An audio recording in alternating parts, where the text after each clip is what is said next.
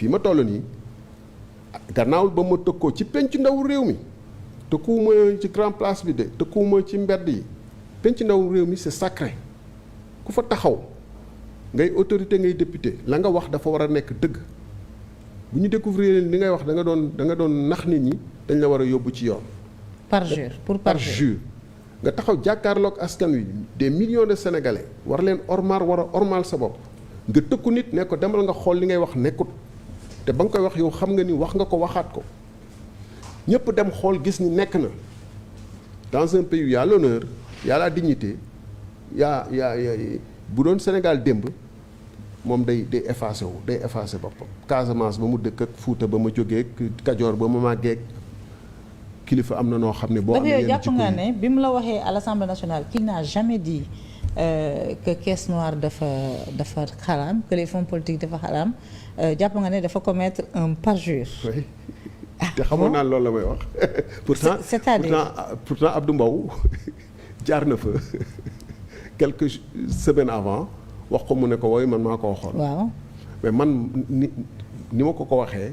ak fi ma ko waxee. ak li jiitu ma koy wax moo tax mu ne ma waxuma ko. mais ñoom dañoo ne ils vont ñoom d'ailleurs bi ñu ñëwee interpellé nañ ko ci 2 fois dañoo ne. dinañu réguler l'utilisation de ces fonds politiques là parce qu'ils se sont rendu compte bi ñu ñëwee que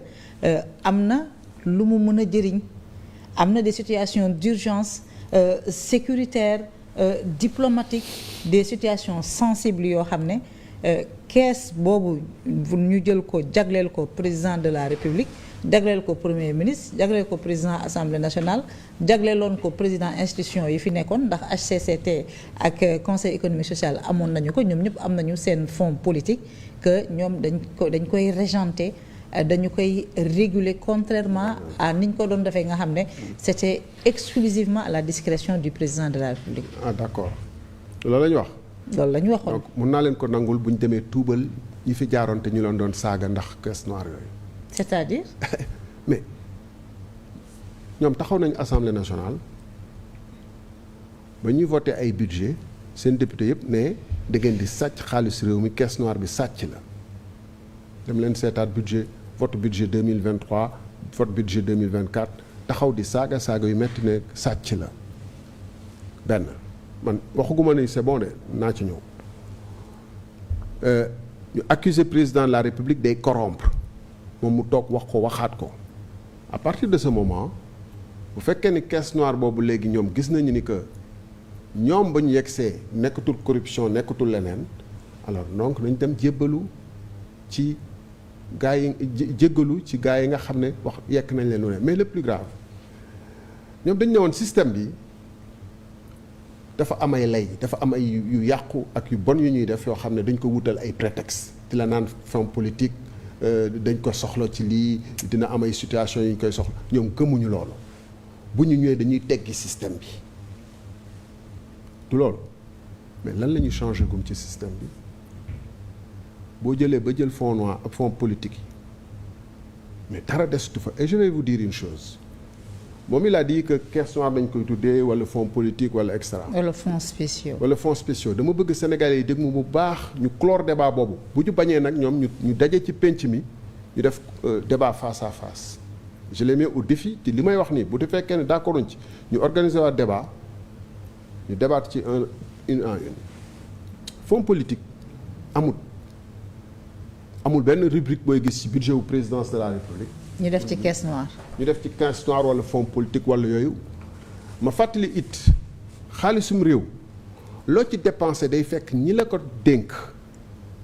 ni la lii pour sàngam la loolu lañ la ci may nga def ko ci. Assemblée nationale amul fenn fu ñuy voté muy président assemblée nationale muy premier ministre muy président ne ko jox nañ la xaalis loolu la neex nga def ci amut beneen bu ñu koy làqatu dama bëgg loolu leer feneen fu ñuy làqatu. dañuy ne pour sécurité la sécurité réew mi nekkut sécurité réew mi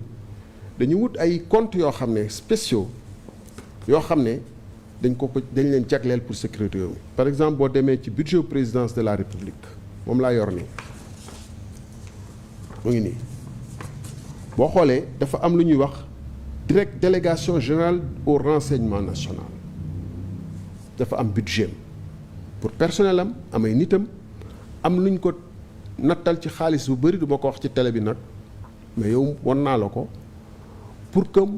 mu wut ay fay ay espion ma kay def ay renseignement def ay opération spéciale ak leneen gis nga nani mel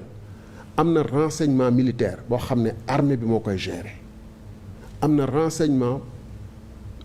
ki ministère de l'intérieur boo xam ne mooy BMS nga dem ci koñ bi di def réunion politique sax am na benn agent BMS bu taxaw ñooñu dañu am seen budget bopp commissaire BMS bu nekk ci dëkk bi moo yor enveloppe bi di gérer ay agent loolu yoonu président de la république nekku ci te mënuñu nangu président de la république bi dugal loxoom ci suñu système d'espionnage pourquoi parce que président bi fi ne woon bu fekkante ne xam na réseau espion au Sénégal yëpp xam les espions les plus grands mais on n'est pas à l'abri parce que président dafa nekk tey par exemple bitim réew am fa ay relations d'affaires mun fa def loo xam ne mun nañ ko chantage mu joxe ay tur président États-Unis bu ñu koy jox ay documents confidentiels yoo xam ne da koy lire mu amay turu espion dañ koy ñuulal dañ koy baaree waru ko xam moom du fay espion deuxième raison pour laquelle waruñu bàyyi président de la république mu yore suñu xaalisu espionnage mooy que dans beaucoup de pays c'est totalement interdit ngay corrompre agent réew moomu ambassadeur États-Unis bu fi nekk bu ko président de la république jéemoon guerre mais États-Unis am na ci moom yoon on est fragile est-ce que comprendre nga wax jooju donc mënuñu nangu suñu président de la république naan day guerre ambassadeur États-Unis wala chargé militaire de l'ambassade d'un pays voisin. mais xam nga li nga wax ni ces transferts courants yi nga xam ne dañu ko destiné à des besoins sécuritaires ultra sécuritaires. Secret. ma ñëw ci fonds politique nag après. mais fonds politique rituel la boo xam ne. depuis sous Abdou Diouf c'était à 4,5 milliards. Sous Macky Sall sous Ablaye Wade 60 milliards.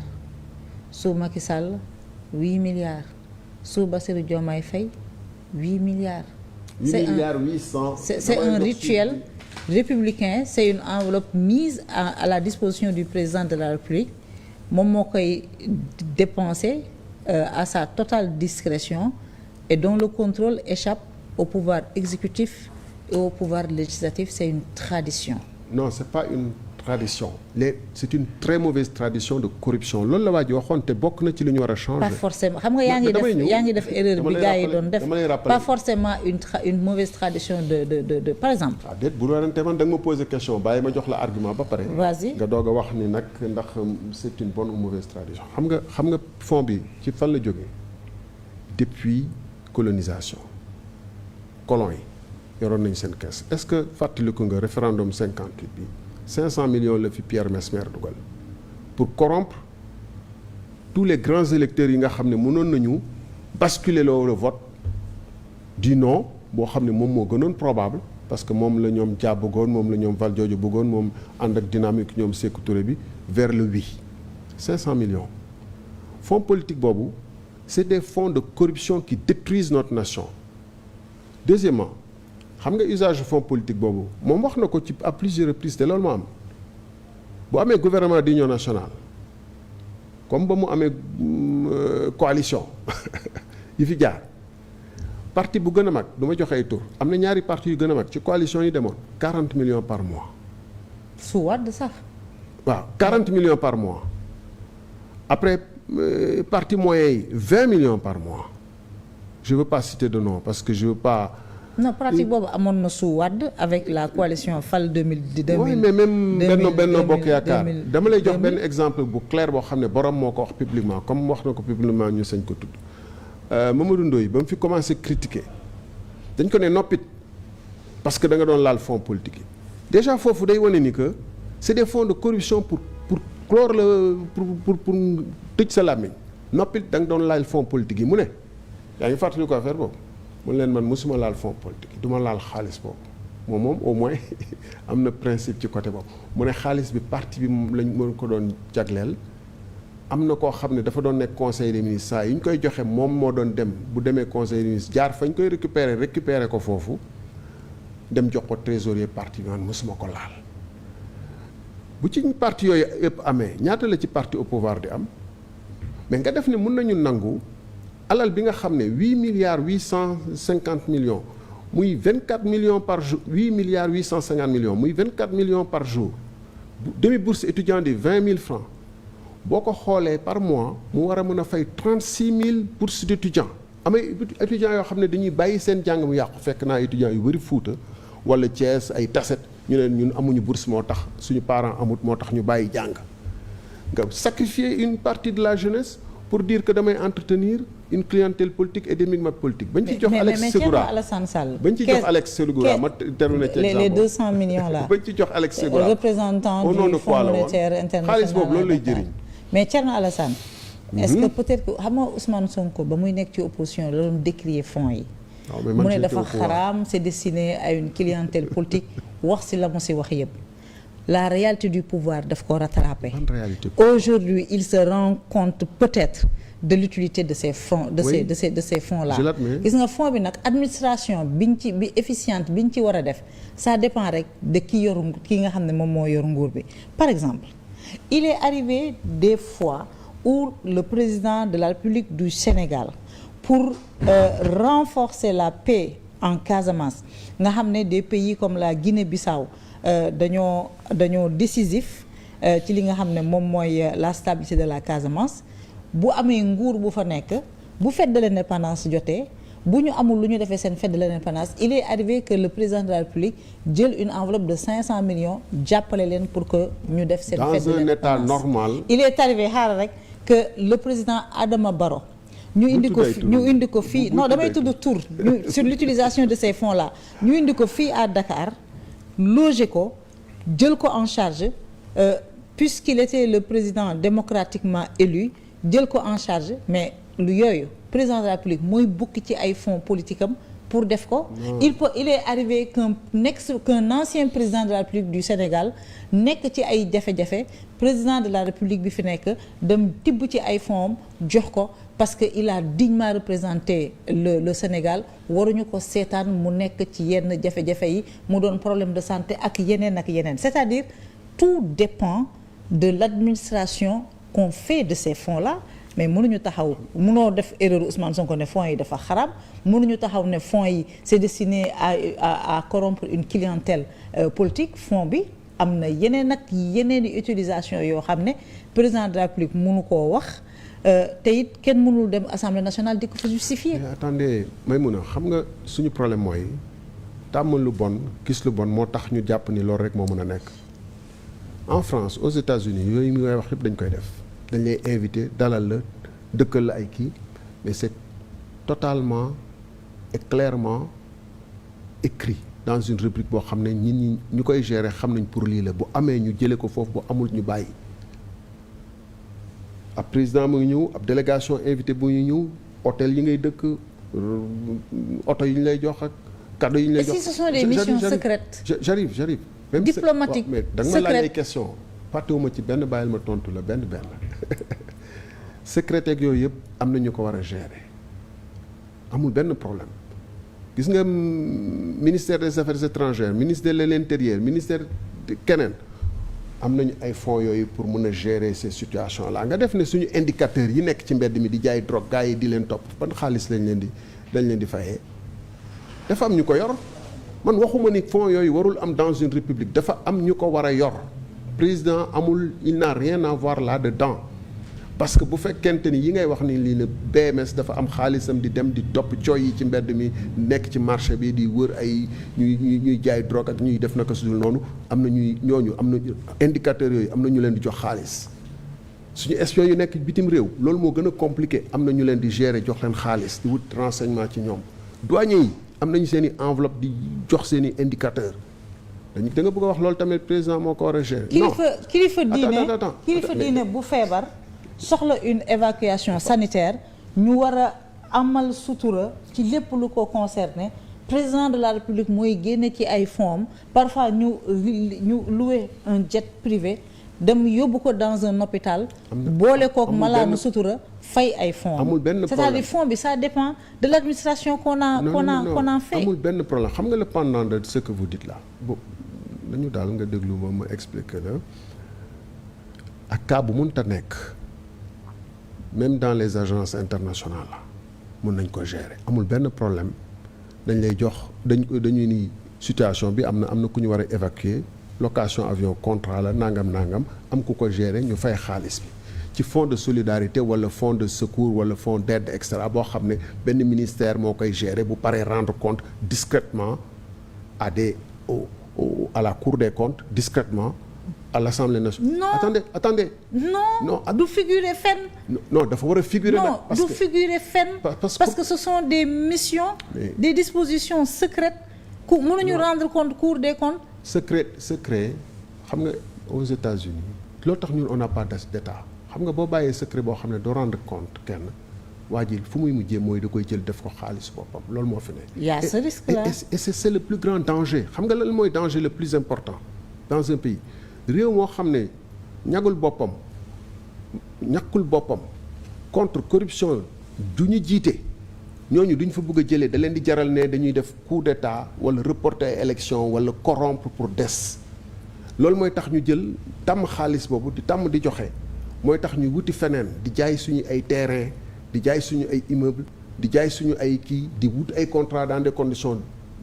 kii di wut ay milliards feneen parce que loolu du doy dañoo war a éliminer la caisse noire tout bonnement. Mais je dis ce que vous dites là xam nga lan moo gën a insécuriser président de la République moi j'ai vu comment fonctionne l'État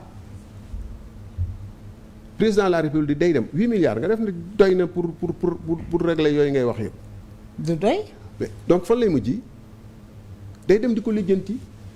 di laaj entreprise yi di laaj ministère bi débrouillez-vous loolu tax ci rapport Cour des comptes bi boo gisee def nañ fi beneen fonds spécial compte spécial pour des sécurités et urgences yoo xam ne duñ ko expliquer nee nañu interne ou interne def ci ay milliards nag ay centaines de milliards bi yoon. xam nga lan mooy sécuriser président de la République parce que bu joxulee bu defalee diw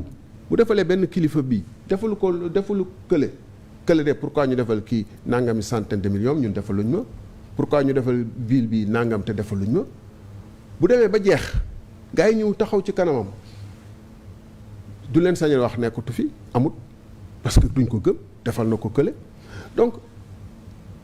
en plus fii ngay déggee président de la République pour protéger doomam ne man maa ko may 900 millions ci samay fonds politique gis nga ko fi loolu rek moo waroon tax ñu arrêté loolu parce que on voit bien que il y a une déviation extrêmement. Il faut ñu avancer un peu donc yow. Non sur ce plan. Il faut ñu avancer un peu. Sur ce plan pour conclure. Vous plaidez pour que ñu la suppression de ces fonds-là comme ni ko Ousmane Sonko doon plaider quand il était dans l'opposition. Mais xam nga j'espère que l'avenir ne vous rattrapera pas. Man j'avais dit que bu fonds yooyu bu ma ko yoree ñi ko moom priorité bi ñu ko moom da ngay dem Thiès tey ci hôpitaux yi am ñu tëdd ci suuf lan moo gën a urgent loolu wala kooku du sénégalais wala kooku ñi ngay wax ñañ leen wutal jet privé ak yooyu dañ leen gën a bokk ci réew mi seen xaalis la ñu tëdd ci karo bi nii man fekk naa nit 2 jours de suite mu toog ci fauteuil nii ñu koy perfuser urgence parce que lal yëpp a occupé nga dem ci àll bi gis ay femmes yoo xam ne dañuy jóge tool di jukki teen di wëgg teen ak kii ay 20 mètres 25 mètres de profondeur avec 2000 francs nga defal leen plaque solaire ak réservoir ndox ñu génn ci 2 millions excusez-moi 2 millions 5 2000 kilos francs ok mais ñooñu pourquoi ñoom waruñu bokk ci caisse noire bi wala caisse noire bi dafa am benn élite rek boo xam ne loolu mooy république royauté nga ma wax fii yow waxooma république man je m'inscris totalement en faux et contre une république boo xam ne yenn élite yi rek ñenn ñi seen doom yi dañuy am problème 15000 francs pour mun a jàng yàq seen jàng dem ba terminal am bac ñu université mënuñu jàng